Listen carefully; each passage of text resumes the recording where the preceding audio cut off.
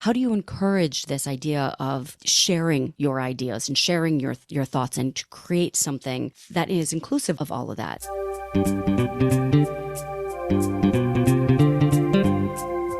Hello and welcome to the Innovative Mindset Podcast. I'm your host, Isolde Trachtenberg. On the show, I interview peak performing innovators in the creative, social impact, and earth conservation spaces. I also bring you ideas and techniques that you can grab and use to set goals, create, and unlock your potential for changing yourself and the world. And now let's get to the show.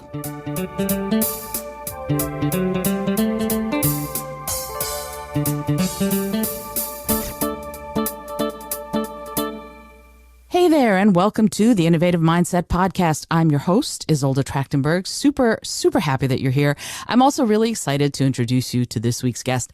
And you'll understand why in a second, because she and I have so much in common. But also, she's doing work that is world-changing. Let me tell you about Jaci Badzin. Jaci is an experienced designer and business futurist. She's created global brand experiences for Nike, Google Events, and YouTube. And as the co-founder of TechTable Summit, I can't wait to get into that, Jaci has brought together the most forward-thinking minds in hospitality, tech, and investment to reimagine and shape the future of the hospitality innovation industry. Today, Jaci consults with Fortune 500 brands, startups, nonprofits, and has been a featured speaker at the United Nations not once, but twice. I am so excited to meet you and get to know you better. Jaci, welcome. Thank you, Isolde. I'm so excited to be here. I am so curious about, well, first of all, about you, because just hearing a little bit about you before we started, I went, you said that you're a former dancer, and then through that creative pursuit, you developed this entire business strategy and brand around experience design and being a business futurist. Can you talk a little bit about how that flowed, how you went from I'm a creative dancer all the way into I spoke at the UN last week? Absolutely. I mean, well, first of all, I just want to, thank you so much for having me on this podcast. It's amazing. I love what you're doing, and I'm so excited to be here and talking with you and your audience. Oh, that's wonderful. Thanks. Yes. So, yes, I mean, people are like, wait, you were a dancer? I was like, yes, I was. I was actually a dancer, and a choreographer was my passion. And I started in my career as a choreographer and also kind of what I call an interdisciplinary producer. So I was doing a lot of work on my own, producing my own work, which if anyone here has background in the arts, you know that takes you to basically have to work in order to fund your work, in order to try to get any grants. And it was an interesting process. This is before, YouTube, this is before any kind of streaming or any type of tech was involved. So everything was very, individualized and siloed. And the work that I was trying to do was really trying to integrate performing arts, performance arts, video, spoken word, all of these things, dance, into create something that was a little bit more, like I said, interdisciplinary. And then taking that, out of the studio and into different places. So one of the places that I performed was at this Friday night event at Yerba Buena Center for the Arts in San Francisco. We had this whole performance, installation, this gallery. It was amazing. But as I started going down that process, I really started looking at how kind of dysfunctional this was in terms of trying to get, funding. And as, anybody that's been a dancer or any type of like gymnastics or knows, like injuries happen. And that kind of shifted my course a bit into focusing more on the kind of creative production side and business side. And I was fortunate enough to go to the Art Institute of Chicago, the School of the Art Institute of Chicago, for a master's degree in arts administration, where I studied kind of this a hybrid of focusing on not just high art, but also entertainment. My background really was also, I like to dance in clubs. I like to go out. I love to like experience this and absorb this kind of interesting culture that was happening. And I was watching it also transfer into kind of the museum space and vice versa. And that's what I ended up writing my thesis on, was this kind of crossover between high art and entertainment, and how that was going to the shift in how people consume art, how that was going to start expanding into, culture and commerce. I then went on to New York, where I started actually on the agency side, and I was producing work that was, really focused on like fashion shows and film festivals and where this kind of crossover was happening, and was building these incredible experiences, and actually got connected to Nike through that route. I was so lucky to one of the first projects I did with them was actually at Art Basel, Miami Beach. And this was, a decade plus ago, where we did this huge installation and closing party for Nada. And it was so fascinating because I actually ran into a couple of my colleagues at the time from art school, and they were like, "Oh my God, it's your thesis!" I was like, "Yes, it is." I was like, "Yes, I love it. I did it." Yeah, it was amazing. And I always was thinking, kind of, my passion was really kind of looking at, what's kind of next. Where is this crossover between business and creativity? I've always had a bit of a business mind, just looking at things not just purely about the, how might we, but also with the like, where's the, what's the impact this is going to have, and how do we scale this? How can we make an impact? And experiences, it's something that, as a kind of a visceral experiential learner, it's just something that I naturally gravitated to. So I've, been fortunate enough to kind of take that mindset and that curiosity, and leverage that through working with some incredible brands, and really looking, at kind of the forefront, what turned into what used to be kind of, video and a little bit of interesting tech really flipped upside down for me, where I went to work for Nike and became more of a digital person first. So I worked for a brand that was called Nike ID, technically NikeID.com. And again, this was more than a decade ago, where it was a site where you could design your own shoes. And they came to me saying, "We want to take this offline. How do we bring this experience, this digital experience, and bring it offline into real life? And what does that feel like?" And it really just opened up so many doors for me in terms of what I've done then for Google and with YouTube, and really thinking about this kind of interplay between offline and online. And now also looking, of course, with like the metaverse and what's coming next. So it's been an interesting, winding career, but yeah, it's always really been about, thinking about what's next in terms of experiences, not just with event planning or producing, which is what's most common in kind of the field I'm in, but it's really more about this connectivity, and community building and empathy and, brand and, quite frankly, bottom line. So it's been a wonderful journey, and I'm excited to continue to do it. Wow. I thank you so much for, first of all, fascinating, incredibly fascinating. And at the same time, there's a psychology at work here that I think is also fascinating.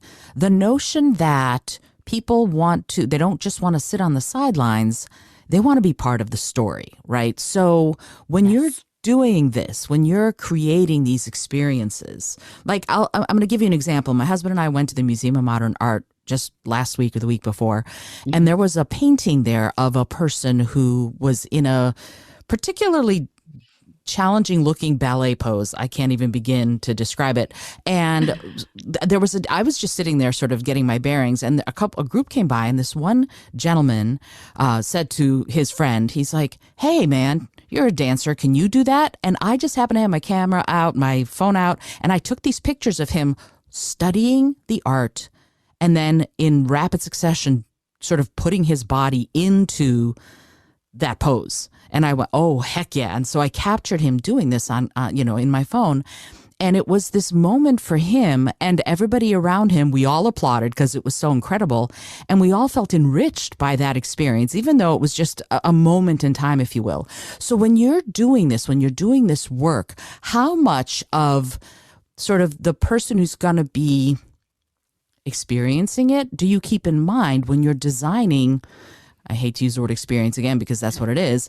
When you're designing these experiences, how much of the state of mind and the transformation that you might want to have happen do you keep in mind when you're designing these events? Well, just to really quickly touch on what you did. I think that's amazing. I would love to see that photo. I think that's fantastic and so awesome that you captured that. And I love that kind of you also became part of this by, there was the painting and there was the observation that you had of these people interacting with it, and then you capturing that moment. Mm-hmm. And I think that almost is the essence of what I kind of try to create Mm. is, you take you can take if it's a product, if it's a moment, whatever it is that we're encapsulating, and you kind of expand from there and think about, one, of course, is very much empathy of like how are people experience this? What's the parameters of it? And the second is how can you get them for me, how do you get them engaged with it? And not Mm. just in kind of a 2D. I think of this of like a 3D of, the space that they're in, the people that's surrounding them, um, even more of like their own, how their individual responses can affect other people's, reactions and create a connection there. Mm. I like to sometimes play with tensions as well. So, if there is, something on the wall that's supposed to be like very obviously just stand and observe, maybe there's something that we put in the room that's almost like a prompt that's almost counterintuitive to it. So I love that, like a camera. Like if there was just a camera sitting there in these kind of the spaces of these traditional museum spaces, how would that shape? How would that change this experience for Mm. right the structure at large? So the art, the people in the room, the person who's actively capturing it, and then expanding out into like what does that say about the structure of this museum and what they're doing by implementing something new like this. So it's kind of an interesting way of like framing this up where it's a little bit more of the impact of it and how do we create connections, create kind of a visceral response, um, and get people to engage with whatever it is that we're featuring, but also kind of strike, a different, deeper connection with, I hate to say like themselves, but what does that trigger for them? What does that make them think about? Does this make them, feel more inspired, more hopeful? Like, what are we trying to draw out? So that's a little bit kind of the impetus of how I work. Oh, that's so fabulous. I love it. And it's interesting to me that notion of the observer versus the observed and the person who gets inspired to do something. And it's almost like the camera is it's kind of like a little irritant, like what is that? Yes. Why is it here? And can I play with it? And so there's a permission aspect to this that I'm wondering about when you're doing this, because you and I share a similar philosophy that we believe everyone is creative and everyone has the ability to sort of utilize their creativity and their unique creative genius. But often we don't feel like we have permission, like we have the right. There's something that I would love to know from you, how you inspire someone. If you were to do that, if you were to leave a camera in the middle of an exhibit, how would you inspire people to get the benefit of going, you know what I'm going to do? I'm going to see what I can take pictures of. I'm going to see what people are doing, because people tend to be afraid of that sort of thing. What are your thoughts on that?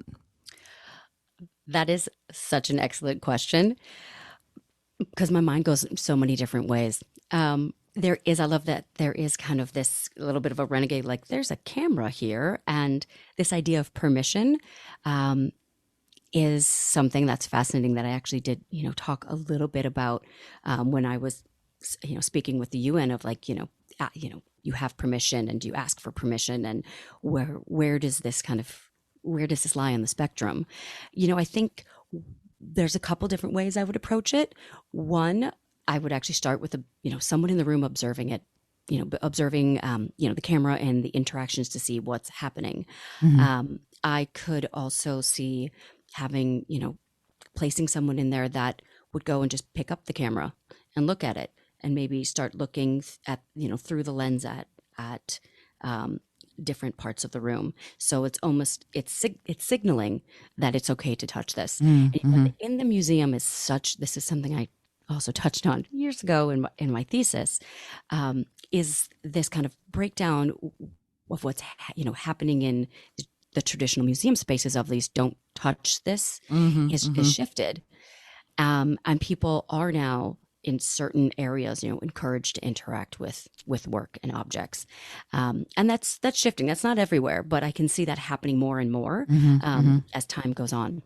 So, I could definitely see, putting someone in there as signaling that it's okay to use the camera. Something else that I think is very fun and playful is to put something underneath the camera, just a piece of paper, a little note or something that's designed well that says use use Play with this, me. play, yes, right, something that's like a very easy prompt, but Right. that maybe is not super overt. So it would take kind of a curious person, maybe some bravery, to go up and start looking at this camera and picking it up. But once they see that, that gives them permission, but it does have to a lot of times start with a little bit of curiosity, and bravery, and if needed, someone to show them the way, not by saying directly, but by just showing that it's okay to pick up the camera and use it. Yeah, I think that's great. And there is that, again, that permission aspect. And it's when I think about, I like to play with people. I know this sounds kind of weird, but I do. We were at the High Line in New York, and somebody had left an apple and like a Diet Coke can and a pencil on one of the benches. And we went, oh, yeah, I've got to play with this. So I put a dollar bill underneath the apple and the Diet Coke can and just sort of set it out so that it looked almost like a little art piece. And we sat around and we watched people come up. Nobody took the dollar bill. Nobody went, oh, wait, this is free money. People took pictures of it as if it was a part of one of the art installations on the Highline because they have art there. So people thought it was art, Oh my God, that's fantastic. Isn't it adorable? And so that's the thing for me when I think about this is, again, there is this take a moment to appreciate the magic all around you aspect to what you're doing. But you're also a business futurist. And I'm kind of going, okay, how does that translate? Because I work with businesses too, and I do it through singing. You do it through different experiences. Mm-hmm. How do you translate that to businesses? And also, frankly, how do you get business leadership to buy in that this kind of experience is beneficial to them? So, interestingly, I actually use creativity as kind of the crux of that. Yay! Yay, I know, right? We're like, go creativity. It's really kind of the anchor for the work that I do when I'm looking at, talking about the future of business. And one of the things when I say like, business futurist, I also look at like different industries. So like TechTable was looking at the future of hospitality. I'm very much involved also in kind of the future of work and how people will adapt to this hybrid kind of model, and work together. And what does that look like? And in order to get buy-in, I feel like you have to, I actually love to start more towards the middle or the middle top of getting people that are genuinely interested in thinking and working differently. Mm-hmm. I'll use like the example of like in, the workplace environment is getting people to, work cross-functionally, getting people to embrace the idea of like creativity. The speech that I just gave at the UN was titled "Creativity for Productivity," and it really talked to, yay, yes, right. We're like, we love it, and it really was about like creativity is not just for artists, which yay us, we love it, but we also recognize the power of it and the impact of it, and the ability to think creatively is something that's just as important as data and looking at all of the, as I like to say, like the ROI and all of those variables. Creativity is a tool. It's an untapped resource for so many companies and so many industries. For sure. And it's really right about how people work. So I like to kind of go in and lead with that idea, rather than trying to say, a lot of people are very much like, we need to innovate. I'm like, great. What does that mean? Like, innovating for just innovation's sake is not going to get you anywhere. You have to think about your company values. You have to think about your brand. You have to think about your culture. You have to think about, what is the product that you're putting out, and how does this all connect?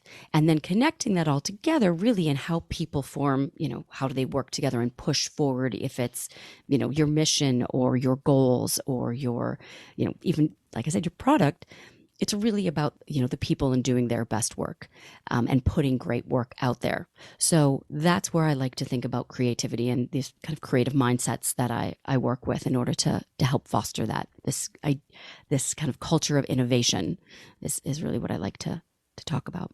I love that. I love it. And you don't know this, but the previous name of this podcast was the Creative Mindset Podcast. And oh, amazing. Yeah. And when I made the shift to work more with businesses and organizations, it moved into being the Innovative Mindset Podcast. And the reason for that was because this notion of trying to solve problems, innovate, in a way that's trying to change the world, leave things better than you found them.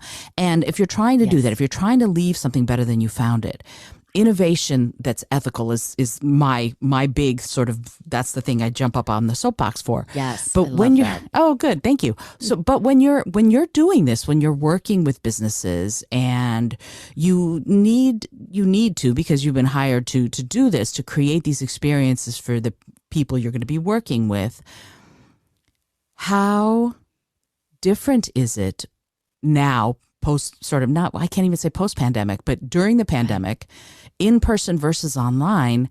Are those experiences the same? And if not, how do you make them as potent as in-person experiences?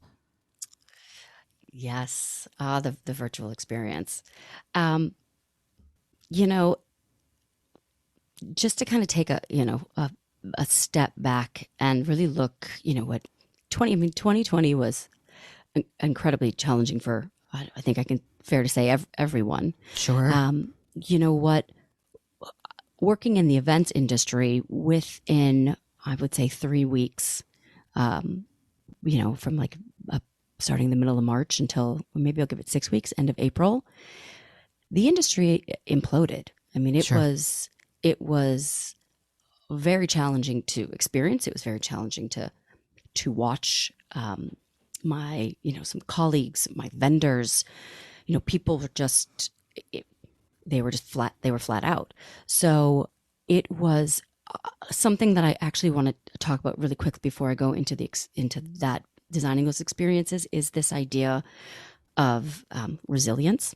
And that it's something that also is very much part of the work that we do in innovation and creativity. Is like, you have to have a sense of resilience.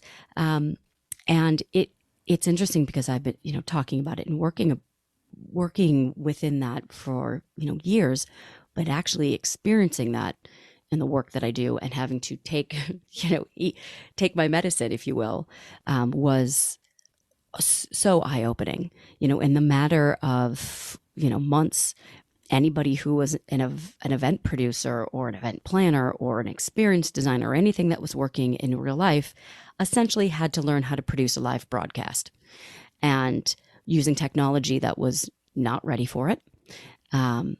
Platforms that weren't able to handle the streaming capabilities that we needed, and really kind of figure it out on the fly. So just from that lens, it was so fascinating because everybody was learning at the same time, and you as a creator and a producer was learning at the same time as the people that were consuming it and having to go online. Sure. So, kind of looking at that lens, it's interesting now to say, wow, that was only 2 years ago. That feels like a decade ago, because there was so much transformation that happened within a time span of 12 to 18 months. Sure.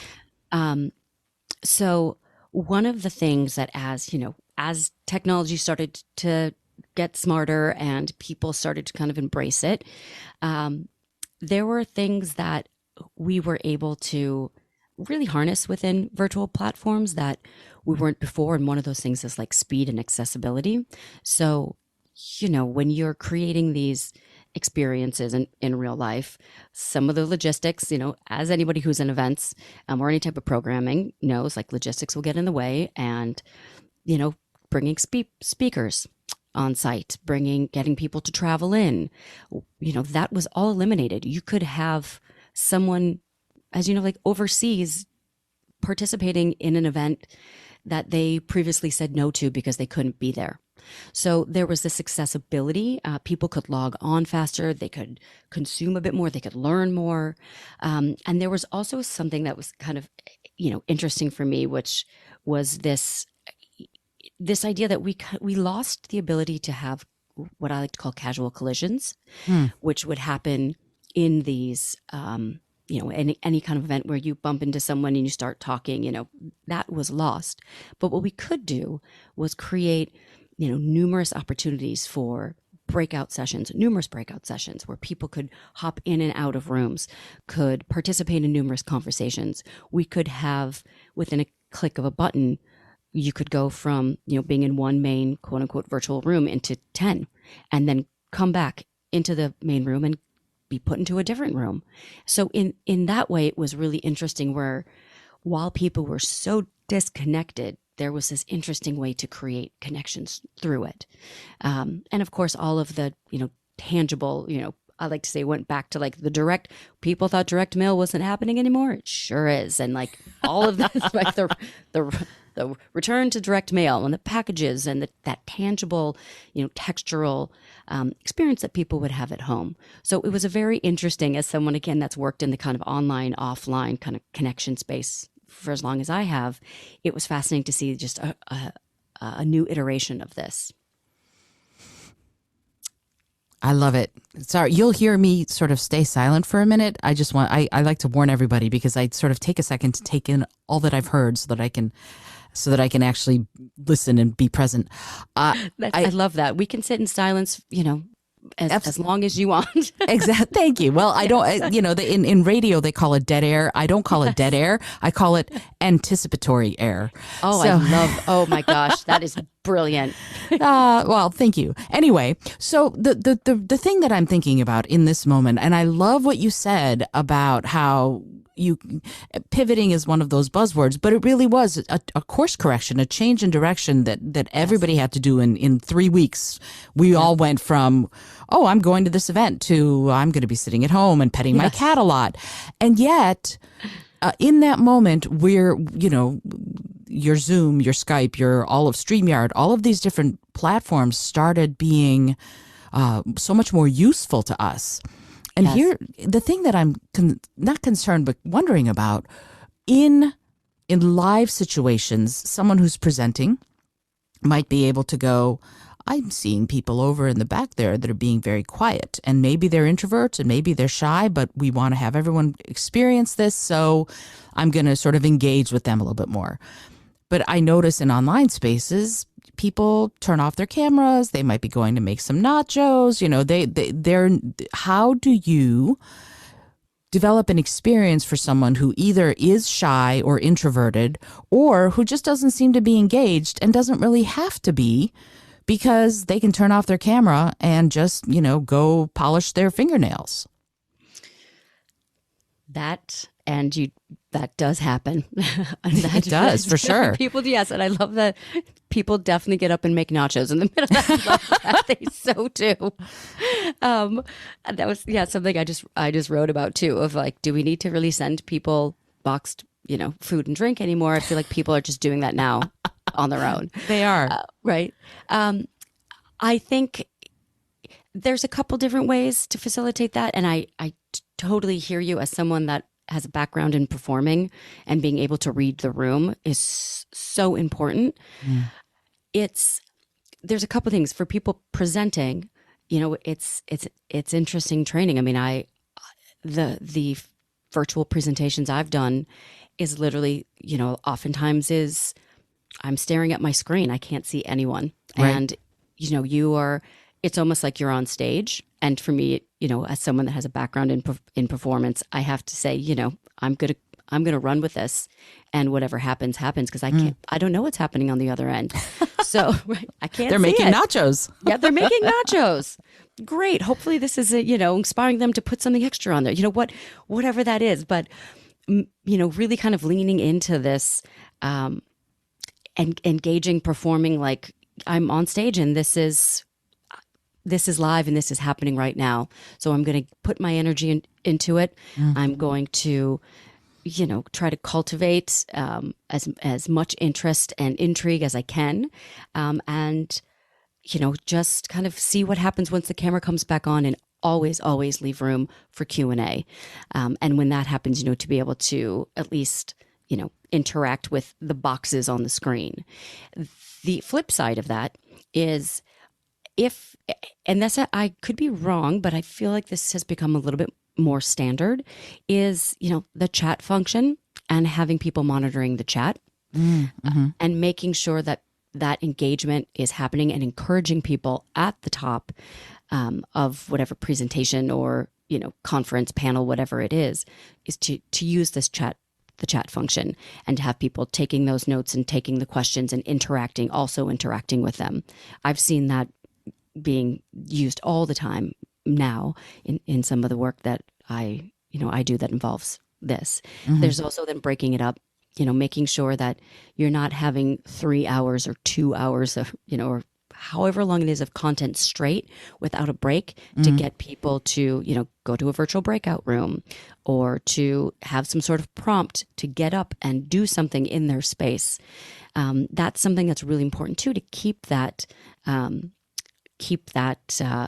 engagement happening.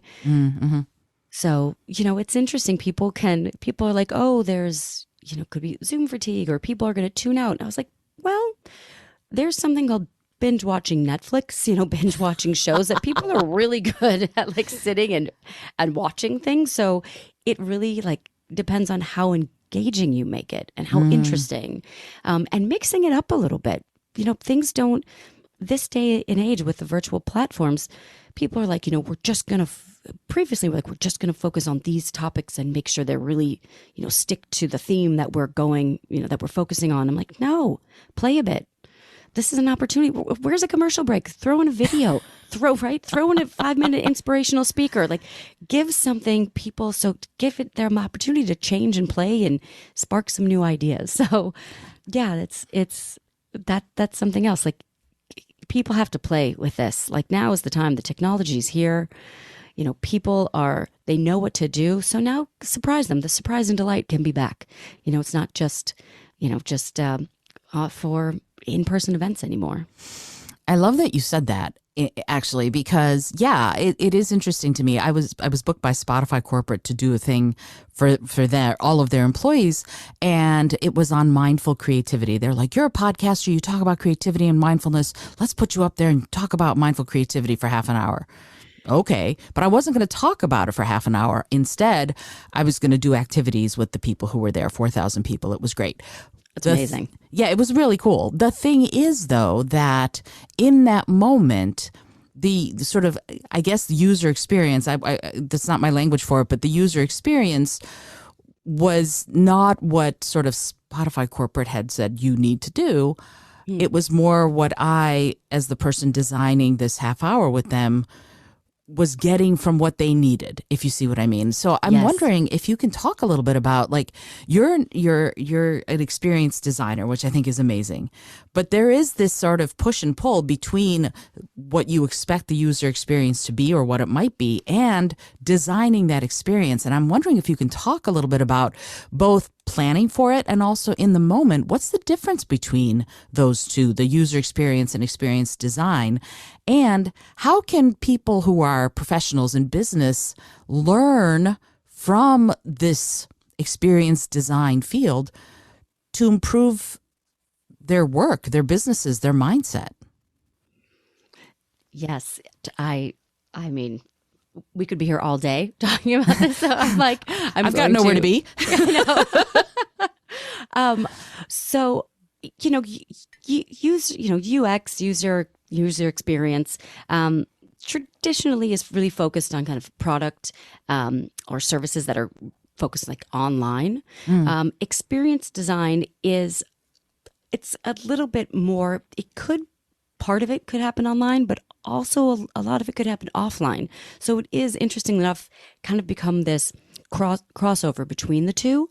And it was really involves, how we interact. There's a lot of empathy that's there. And it's, how people experience these kind of real world interactions, or when they're online and they're going to be coming offline, or like how do we facilitate that and not just focus on like this single journey of one, website and that's it. It's really about multiple journeys. It's about, multiple pathways, if you will. It's empathizing with different, it's not just one idea that you're using, but you're thinking about numerous experiences all at once. And whether that happens in one room, numerous rooms, online, offline, all of it, it's kind of connecting it all together. I think whenever I design an experience, I do think about the quote unquote user first. But that user could be a client or a customer or an attendee or all three. It could be a speaker. It could be, someone that's flown in from overseas, a person that's driven only 1 hour. Like each person is going to have a very different experience. So you want to make whatever programming or interaction you're creating very thoughtful, and multi-layered. So, one of the things that I think people can learn about, or different businesses can learn about this, is obviously the application of empathy into whatever they're creating, and thinking about not just maybe the most efficient path and the easiest path or the least expensive, but what will be the most enriching for the quote unquote user, and offering up different moments of, like we just talked about, kind of surprise and delight, to kind of, keep people perked up, keep them awake, and offer up, new ways to engage and interact, especially in this kind of post-pandemic world. People are wanting to, gather together. I'm going to use that specific example for now, but people are wanting to gather together. Some people are afraid. Some people are, over it and just, they don't care. Some people are really eager to, will go up and start talking to people. Other people are, introverts and are showing up they haven't socialized much in, with new people in a while. So how do you, that in itself is just it's like a micro study of any type of like business environment or community environment. So one thing that's always interesting is, again, going back to this observer kind of mentality, is you can plan the most perfect experience, the most perfect event, a marketing program. It could be, a new website, but when you actually launch it or it happens, you have to be ready to iterate, and you have to be ready to adapt, and, to use your word, pivot to what's happening in real time. And I think that ability to think on your feet, that anybody who's in the events world has to do For sure. all the time, is something that everybody can do. Everybody needs that for whatever job they're doing. Is you can plan like the best of them, but how do you then react in real time if your plan doesn't go to plan? So yeah, like what tools and skills do you have to use that? So again, creativity, creative mindsets, thinking outside the box. One of the things I like to talk about in experience design and just in creativity in general is this idea of constraints. You're always going to be given constraints, whether that's budget, your budget gets cut, your time frame gets cut. There's going to be shifting constraints all the time. And one thing that I do is I flip it very quickly from being like, okay, I'm limited. Okay, well, now I can't do this, or now I can't do that. And I think of it more as a table that I use to build on. I'm like, okay, this is what I have. How can I build from this place? What can I create now from this? What are some guardrails that I can put in place? And it's the more that you do that, the more that you're able to implement that in real time. So I think that kind of this idea of constraints as a gift, if you will, rather than a hindrance is one of the biggest things I can offer anyone that's doing experience design or any type of planning. Take it in, Isolde. Yes. I am. Yes. I always want to say I'm sorry, but I'm not actually sorry. I want to take a second. I love it. Yeah, you mentioned guardrails, and I went, yes. I talk about like when you're a little kid and you go bowling, and I put up those rails so that no matter where you throw the ball, it's going to kind of go in the right direction because you've got these things that are sort of beautiful boundaries that are easy for you. And I think that's great. I love those guardrails, and I still use them because I'm a terrible bowler. But when you're in that space, though, you're in the space of, I've got these constraints. How can I make this experience amazing with this? It's like using a prompt word. If you're a writer, that you now have a focal point, even if it's not something that is the world's your oyster mushroom. You can do whatever you want. It's more, okay, this is where I am. This is my foundation. And that works great if you're planning events, and that works great if you're designing experiences. What about if you're an individual? How does somebody adopt, pick up, develop a real, I've talked about this, and my longtime listeners, if you're listening to this, I talk about the creative mindset all the time. But if we look at innovation as solving problems creatively while you're trying to do the right thing, right? As a company, even more as an individual, then how does somebody working in a company adopt that truly creative mindset in their workplace? And more importantly, even, I think maybe, how do the people who are running the company, the leadership, foster that kind of culture where a creative mindset, an innovative mindset is something that's treasured and valued? I'm so happy you asked that question. Well, thank you. Yes. Buzzword of 2022 is entrepreneurship. But it really is this, one, leaders should absolutely foster a culture that not doesn't have to focus on, but that applauds and supports entrepreneurship. So that essentially means giving people within your company agency to create new programs, toolkits, structures, whatever that is, to help support the organization, the company, the brand, the business. And what I love about this is that, people always like, oh, I'm not an entrepreneur. Or I like to just, I'm not interested in breaking free and starting my own thing. I'm like, you don't have to.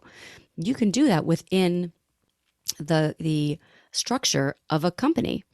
And, one of the things that I picked up at when I worked at Google 10 plus years ago, it's hard to imagine it was that long, but it was about 10 years ago, actually, was, something I'm sure you've heard of this called the 20% project. And, I've had some conversations with people lately, some brilliant people telling me that, the 20% project is over. It's no more, it's not supported anymore. Companies, leaders won't give people that, buy in to take 20% of their workload and, apply it to a passion project or another team. And I'm like, okay, but what the 20% project did, at least for me and the people that I worked with, was inspire a culture of entrepreneurship. This idea of, I have this idea for something. I really would like to start bringing it to life. Yes. And right. And some of that, yes, it does have to start as volunteer. You're going to have to volunteer your time. A lot of times that's how it starts. But if you're interested in something and you're passionate about something, it helps you work better. Really, that's the essence of it, because it makes you more motivated. It sparks new ideas. It could connect you to new people. If you're trying to develop something new, usually you're going to be talking to some new people, getting some new ideas, getting some new perspectives. And it's really like one of the most powerful, tools, if you will, or powerful elements that a company can offer. And it won't cost them anything. If anything, it'll make the company more, I dare say, I mean, one, it will make people's work more enjoyable. Two, it can make people more productive. And three, it could make them more profitable. Just saying, you never know. So it's like, let's go back to business, go back to money. Let's look at that. So if business leaders have that as part of their company values, entrepreneurship, and teach, the managers or the directors or however, how high up they want to go to foster that as well. That's key. And taking it one step further, as people are getting promoted, what comes with that promotion? Like, besides, yes, money, obviously that should, and always with more money comes more responsibility. But what other tools are they getting? What kind of other trainings are you offering them? Can you offer them, this idea of like manager training and entrepreneurship and how to encourage that as part of your, promotional ladder as part of, as people move up? It's something that they learn about so that they can then distill that downward into, the teams that they're managing. That's what I say. I love it. Yeah, it's funny when I get booked a lot to do communication workshops with people who are recently promoted because they know how to do their jobs, but now they're in a different layer, if you will, and they don't know how to communicate either to the people who are in the same layer, but also now suddenly the people who are in a different layer who they used to be in the same layer with, wow, how do you communicate around that? What do you need to do? And if you're going to bring creativity into it, that's a really important part of it. So I agree with you wholeheartedly that kind of training is needed. And there's a diversity issue here too. Like, yes. you've been promoted. Your experience now as somebody who's a manager or some level higher than where you were, is going to be very different. And yet we're also facing the fact that every company and organization culture needs to have practices that encourage and embrace diversity. As an experienced designer, how do you celebrate and let and encourage that to happen and evolve? So diversity. So it's interesting because the way that I look at diversity is on a broader scale. Excellent. Yes, absolutely. People and culture are essential, and celebrating all of the culture and where people came from and honoring that.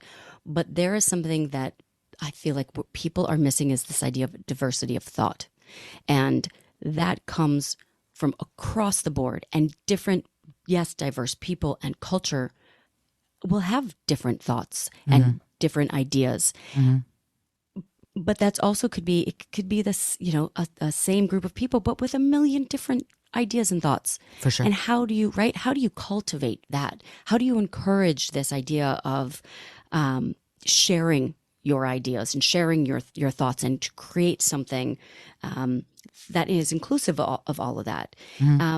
One of the things that I always like to point to when we're talking about this is this idea of listening to diverse ideas, celebrating diverse thoughts, incorporating them, building off of them leads to this idea of synergy, which is something that's kind of a collective that's bigger and more impactful than the individual parts.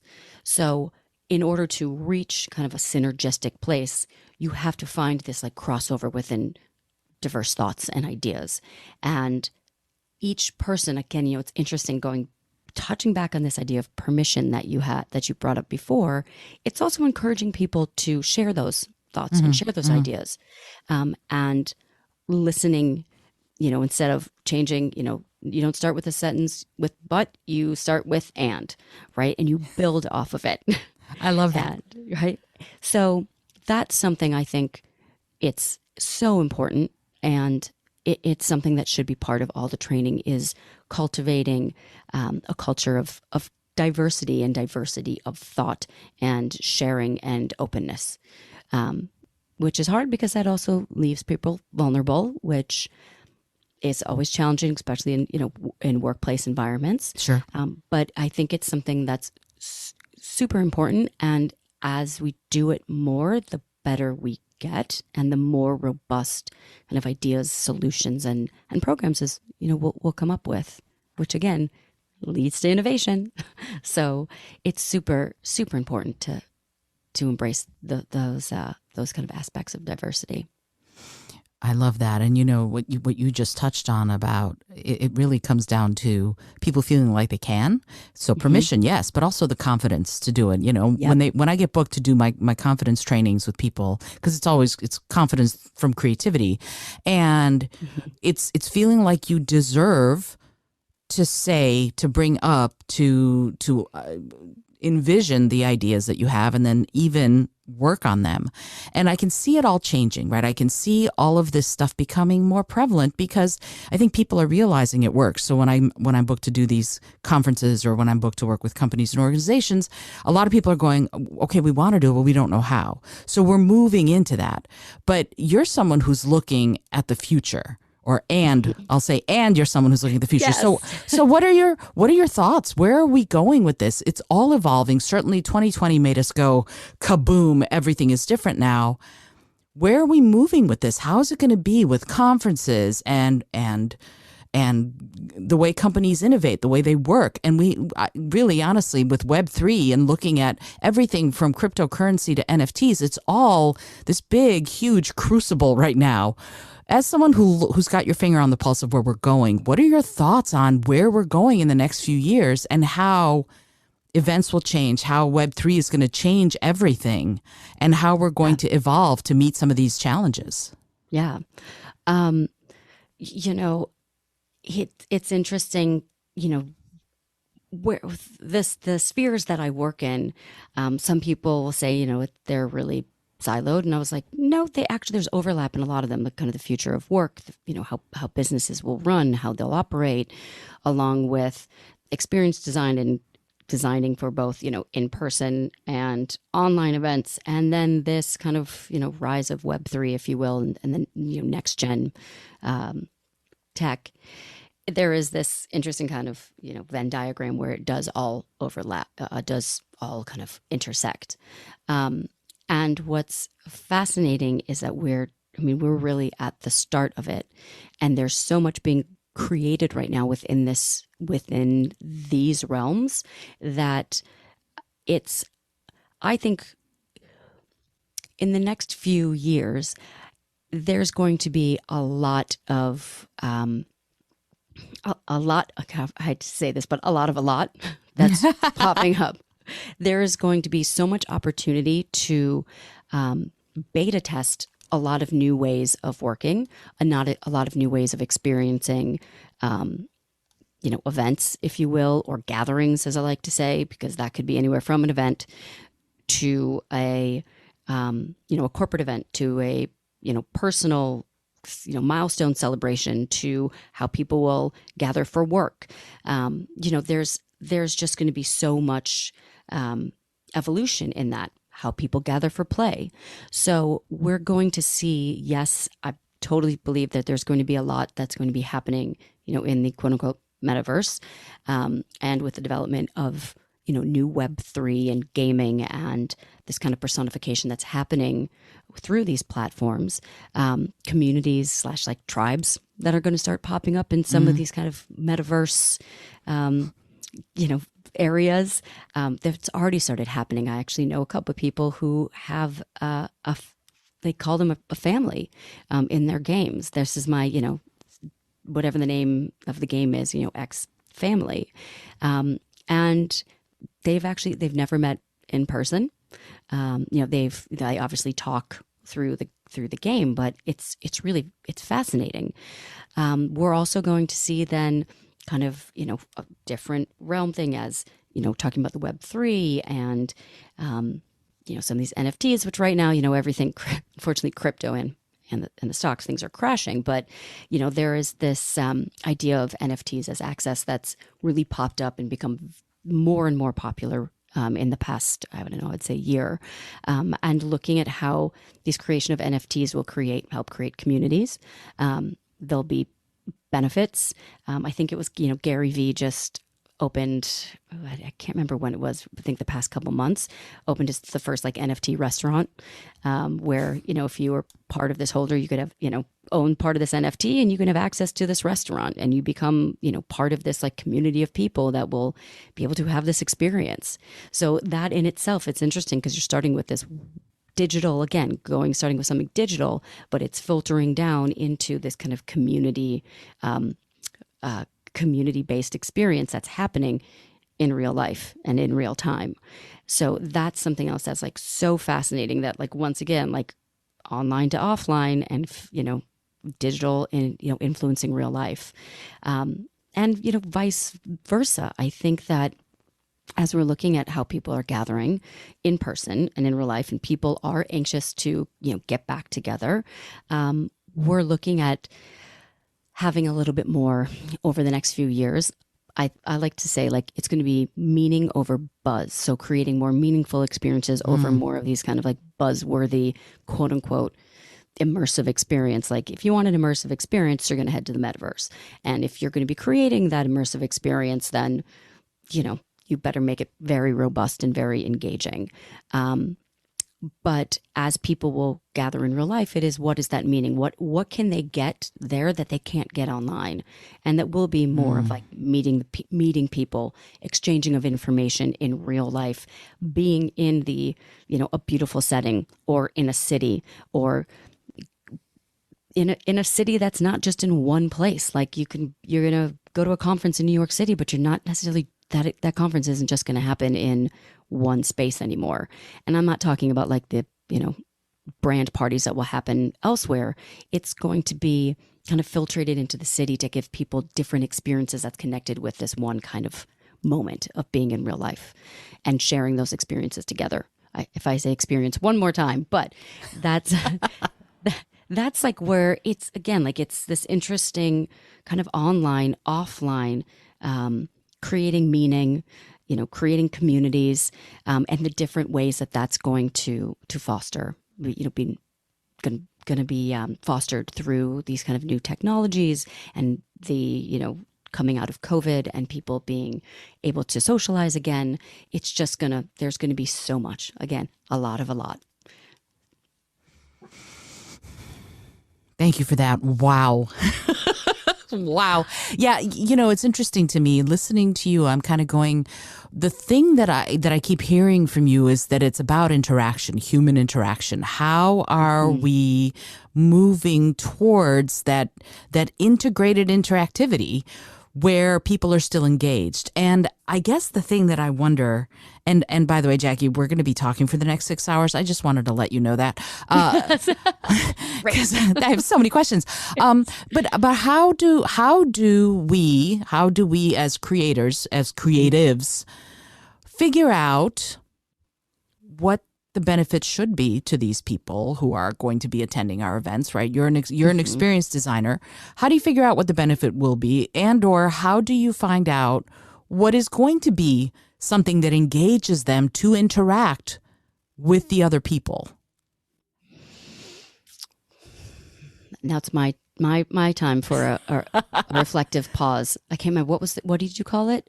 Anticipatory error. Anticipatory error. Can we root this in a real in a real life example or like some sort of like tangible example? Because Sure. because it's such a great question and it's very broad, and it really, you kind of got to go back to go back to the intent. As always, like Simon Sinek, but go back to the why.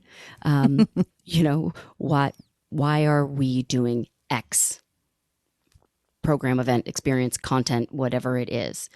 What is the purpose of it? And I like to look at this specifically through I'm going to talk about through like kind of more business, like if I'm hired by a company to do this.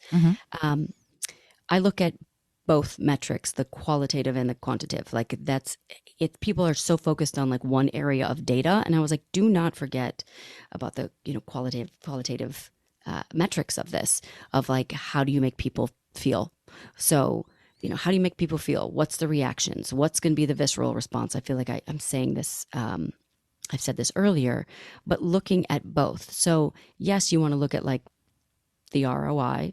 You want to look at to make sure like the budget's going to be met.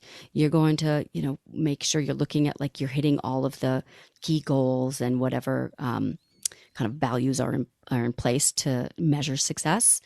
And you also have to put into this like this is to your point, it's human interaction. And how do you facilitate that? How do you make people feel comfortable? How do you make them feel welcome? How do you make them feel inspired and like they belong? And those two tensions are what really helps create a what I like to say as a meaningful experience. So I think that's kind of going down to that's where I start with any type of project I'm working on, is getting really clear with both of those. And as projects goes on and things change and more constraints are put in place, it's interesting to take a moment and look back and say, okay, hold on, when we started this project, this XYZ was critical. These were the top three things. Are these still the top three things, or has that changed? Right. So you're iterating as you're going and making sure that you're staying true to the experience you're creating and the value that you're not only producing but also being measured on as a very business oriented response. And that's that's perfect. And it's what's interesting to me about what you just said is everything that you said keeps touching back on creative thinking. Yes. Thinking quickly, thinking outside the box, being able to look at and analyze and then see what does need to be changed, if anything. That's creativity at its core, right? So I'm grateful that you said that. As two creatives, we're both sort of being each other's cheerleaders, but I think you're fabulous because you're able to see that and also apply it. So I'm so grateful you're out there doing the work you're doing. That's wonderful. And as I said, I could keep you here for the next 6 hours, but I realized you have a life to get back to. So I would love it if you don't mind, if somebody goes, I need to work with Jaci, I need to know more about her. Can you do me a favor? I know people learn differently, so I'm going to put all this in the show notes, but could you point out where your website is, what your socials are, just so that we can have it in an auditory way as well? Yes. So I know my name is spelled a little differently, but it's pronounced Jaci Badzin. And you can find more information about me at jacibadzin.com. I'm also on Instagram at Jaci Badzin, and then also on LinkedIn, which is actually under either Jaci Badzin or Jacqueline Badzin, which is JACQUELINE. So all of those areas, you can find me there, and I would love to continue talking with you. And if anybody out there is interested in continuing this conversation, please reach out. And this has been so fantastic. I mean, really, Isolde, I could talk to you for days. We're gonna have to do this again. I'd love to have you back. You are welcome back anytime, because this is catnip. This topic is catnip to me. I'm super grateful that you're here, and we're going to come back in a minute because we're going to do the bonus episode. But I have this one question that I ask everybody who comes on the show, and it's a silly question, but I find that it yields some profound answers. And the question is this: if you had an airplane that could skywrite anything for the whole world to see, what would you say? Wow. As cheesy as this sounds, it would say, be yourself. It really would. That's not cheesy at all. I think that's fabulous. Yourself. Yeah, because if you try to create from any other place but what's really like authentically you and what's real to you and what's right, you're building on a broken platform. So be yourself and move from there. I love it. I love it. Or as the meme goes, be yourself. Everyone else is already taken. Exactly. Favorite meme. Oh, Jackie, thank you so much for being here. We're going to come right back and do the bonus episode. But until then, if you want access to the bonus episode, you know how to do that. Links in the show notes. This is Isolde Trachtenberg. Super grateful to Jaci Badzin for being here and for taking the time. Reminding you, if you're listening to this, first of all, go find out more about this amazing person. You know she's doing work that needs to be done. It's crucial, it's critical, and obviously the United Nations thinks so, so you gotta check her out. But until next time, I remind you, as always, to be bold, be creative, and most of all, be kind.